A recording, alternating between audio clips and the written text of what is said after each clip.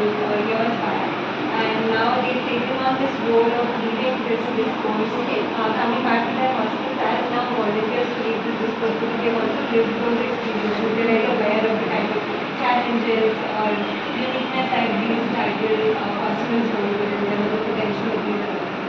So they lead the discourse sessions across 5 districts, tribal districts. So they just wanted to show you a glimpse of how those discourse happen. It happens on a weekly basis.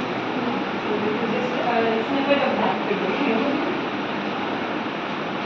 मैंने ओडिया के शब्द को सुनी थी आकांक्षा बोली सुनी था आकांक्षा माने कौन अजी हेडी किसी पाई पर रही तब तुम्हें मैंने बात कर जा तुम्हें मैंने किसी पाई पर इच्छा थी वो किसी आशा थी वो किसी लक्ष्य थी वो तो तुम्हारा लक्ष्य सब कौन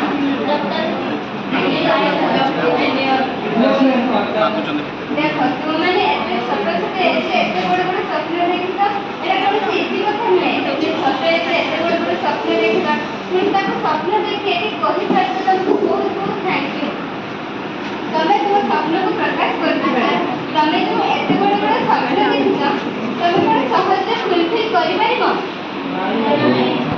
तमे कोन असुविधा आसी पारे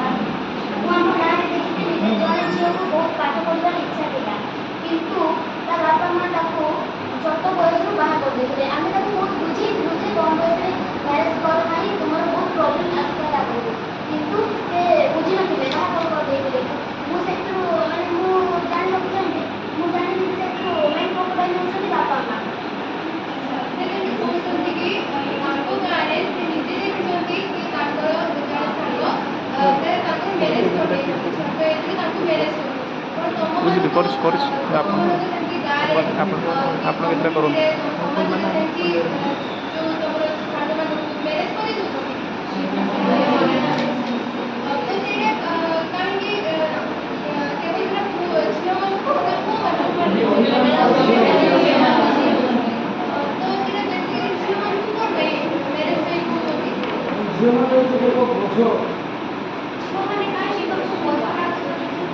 କାରଣ ବିବାହ କରିବା ପାଇଁ ତାଙ୍କୁ ଯୌତୁକ ଦେବାକୁ ପଡ଼ିଥାଏ ସେଥିପାଇଁ ବାପା ମା ମାନଙ୍କୁ ଯେ ଝିଅମାନେ ହିଁ ବୋଝ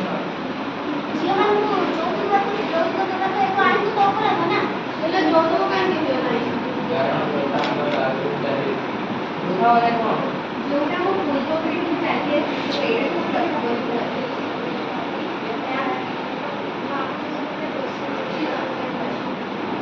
ଯେମିତିକି ଆମ ସମାଜରେ ବା ଓଡ଼ିଶାରେ ଝିଅମାନଙ୍କୁ ଝିଅମାନେ ଅଛନ୍ତି ସେମିତି ଆପଣଙ୍କ ସମାଜରେ ଝିଅମାନଙ୍କୁ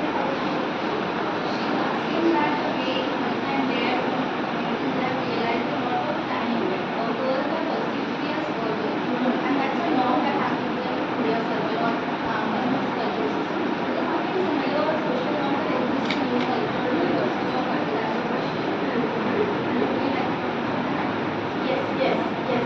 Thank you for the question. Thank you. And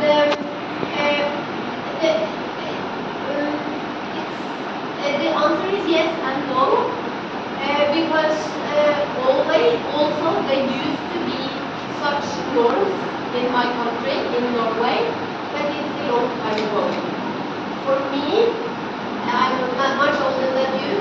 When I grew up, not so much those kind of norms, but still that for me that there would be more boys encouraged to do well at school and have aspirations.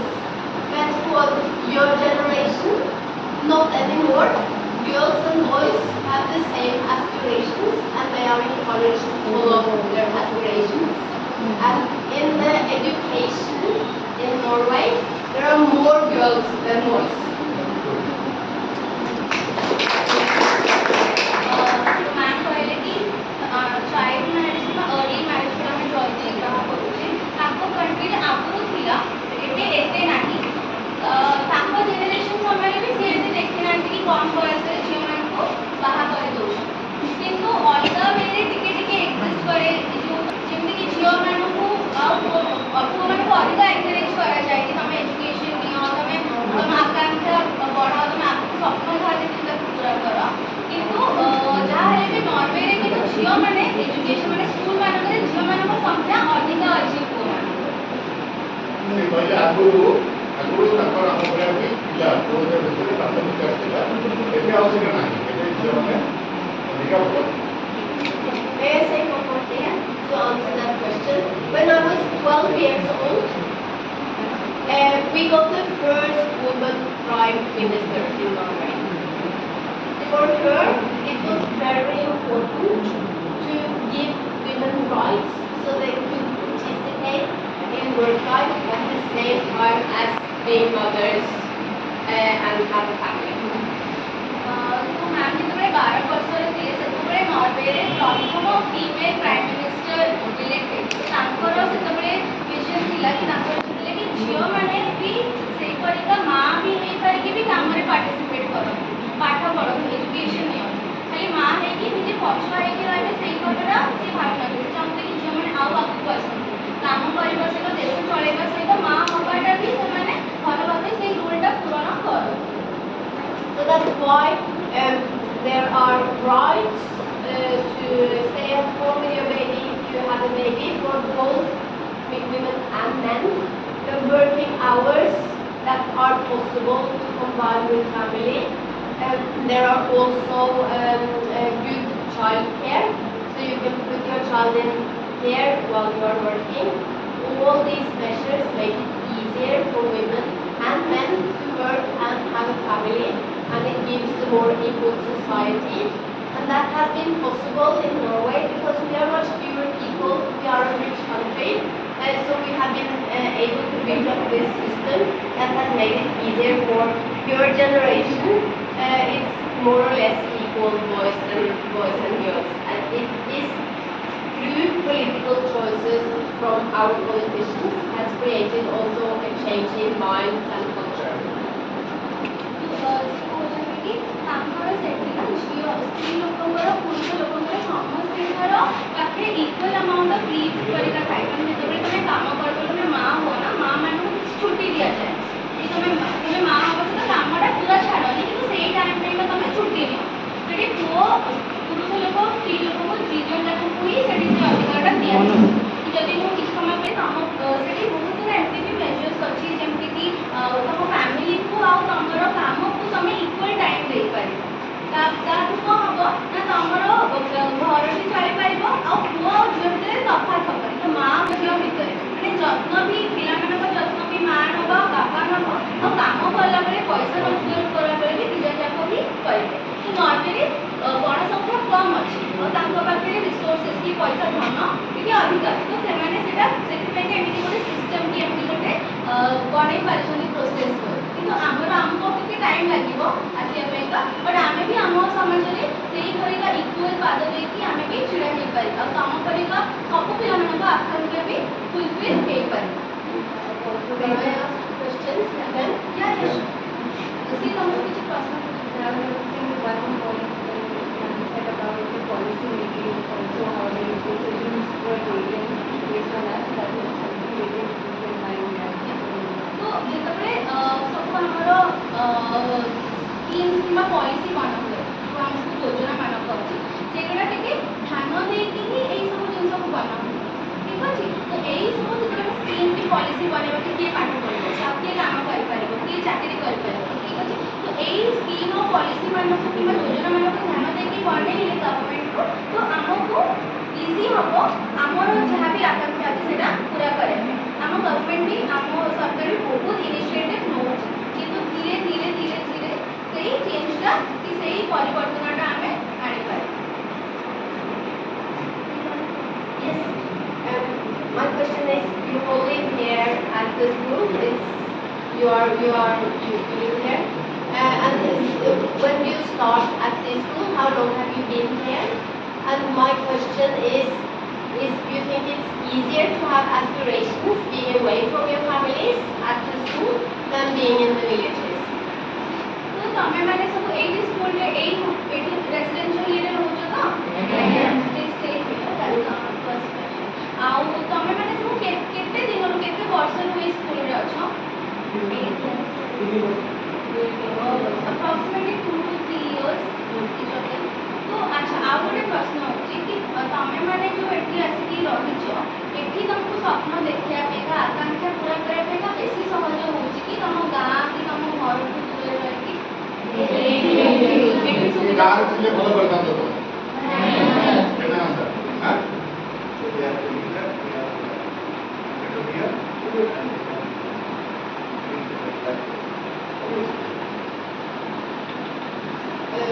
But some of them have support from their families also in the aspirations to go further and make up more education.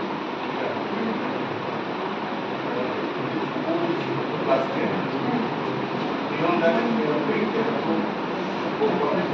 colleges,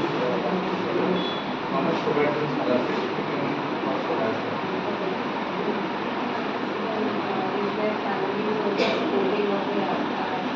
ତମେମାନେ ଯେଉଁ ସ୍ୱପ୍ନ ବିଷୟରେ କହିଲ କି doctor ହେବାକୁ ଚାହୁଁଛ, teacher ହେବାକୁ ଚାହୁଁଛ, ଇଞ୍ଜିନିୟର ହେବାକୁ ଚାହୁଁଛ, ତ ତମର ପରିବାର ପଟୁ ସପୋର୍ଟ ଅଛି ତମକୁ କି ତମକୁ ସହାୟତା କରୁଛନ୍ତି ତମେ ଯାହା ସ୍ୱପ୍ନ ଦେଖୁଛ ସେଇଟା ପୁରା ହେବ ବୋଲି?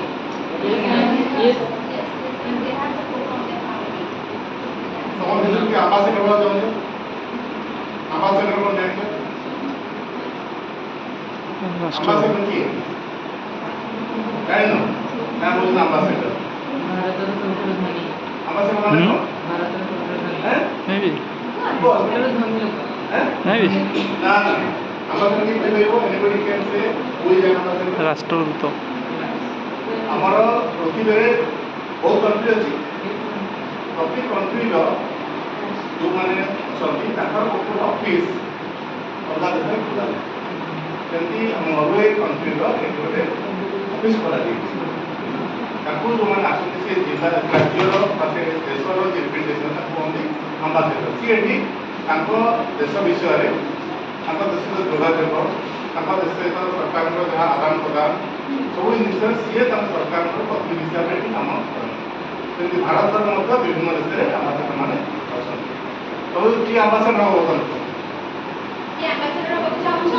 ଆପଣ ଭାରତକୁ ଅଲଗା ଦେଶରେ ଯାଇକି ତମେ ରିପ୍ରେଜେଣ୍ଟ କରିବ। କିଏ ହବ? ଖାଲି ଡକ୍ଟର ଇଞ୍ଜିନିୟର ହବନି। You want to must try to ambassador. State what ambassador president PGD and ask if anyone of you wants to see that. Yeah, they're all using that's good. That is good. You will represent your country in another country. ठीक है? हाँ? ठीक ଅଛି ଆମେ ଆମର କ୍ୱେଶ୍ଚନର ଉତ୍ତର ଦେଇଦେଲେ ସେ ନେକ୍ସଟ ଆମେ ଡିସ୍କସନ୍ କଣ୍ଟିନ୍ୟୁ କରୁଥିଲେ ଆମେ କରେ ଆମେ ଡିସ୍କସନରେ କ୍ୱେଶ୍ଚନ୍ କରିଲୁ ହ୍ୱାଟ୍ ହ୍ୱାଇ ଲଗେଇ କେତେ କ'ଣ ଜାଣିଲୁ ଅନେକ କଥା ଜାଣିଲୁ ତୁମେମାନେ ବି ଜାଣିବାକୁ ପାଇଲ। ତ ଆମେ ସେଥିରେ ଗୋଟେ କଥା ଜାଣିଲୁ ପିତାମାତା ପ୍ରକୃତ ଆମ ପାଇଁ ପ୍ରକୃତରେ ନୁହନ୍ତି କିନ୍ତୁ ଆମେ ଯେଉଁ ପ୍ରଥମେ ନେଇଥିଲେ ତମେ ଇମାଜିନ୍ କର ନଦୀ ସେଇ ନଦୀଟା କ'ଣ ଆମେ ନେଇଥିଲୁ କମ୍ୟୁନିଟି ନେଇଥିଲୁ ତ ସେଇ ନଦୀ ଜଳରେ କିମ୍ବା ସେଇ କମ୍ୟୁନିଟିରେ ଏମିତି କ'ଣ ରହିଛି ଯାହାକି ପ୍ରଥା ପରମ୍ପରା ସେଇ ପ୍ରଥା ପରମ୍ପରାକୁ କ'ଣ ଆମ ପିତାମାତା କି ଆମ ସାହି ପଡ଼ିଶା ଲୋକମାନେ ମାନି ଆସୁଛନ୍ତି ତ ସେଥିପାଇଁ ଆମ ପିତାମାତା ସେଇ କଥାକୁ ଗ୍ରହଣ କରିଥିବାରୁ ଆମେ ପିତାମାତା କି ଲୋକମାନଙ୍କୁ ଗୋଟେ କ୍ରକୋଡାଇଲ୍ ରୂପେ ବାଛିବା ପାଇଁ ବାଧ୍ୟ ହେଉଛୁ। ମୋ ନାନୀ ଜଣେ କହିଲେ କି ମାନେ ଆମେ ସବୁ ବାଛାବୁଛି କଥାବାର୍ତ୍ତା ଡିସ୍କସ୍ କଲା ପରେ ଜାଣିଲେ ଯେ ଏକ୍ଚୁଆଲିରେ ମାତା ପିତା କୁହନ୍ତି କ୍ରୋକୋଡାଇଲ୍ ଠିକ୍ ପ୍ରଥା। ଆଚ୍ଛା ଏ ପ୍ରଥା ଆମେ ବଦଳାଇ ପାରିବା କି? କେମିତି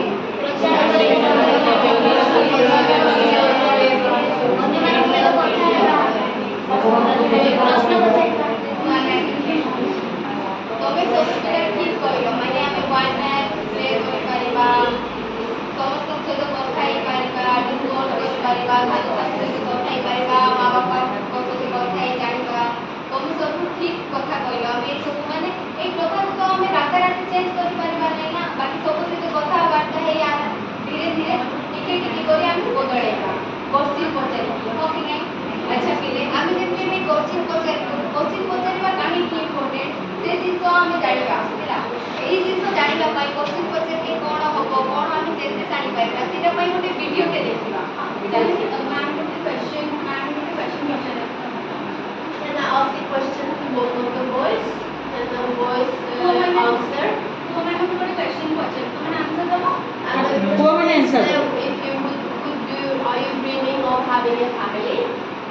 And if you have both daughters and sons, girls and boys, what would be the different ways of bringing them up, or what would be different from having a boy and